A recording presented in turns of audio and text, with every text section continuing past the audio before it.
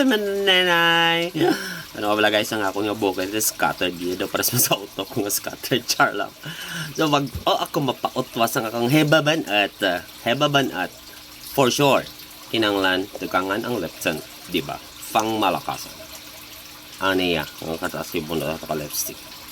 Para feel mo gidiya ang imo ihambal.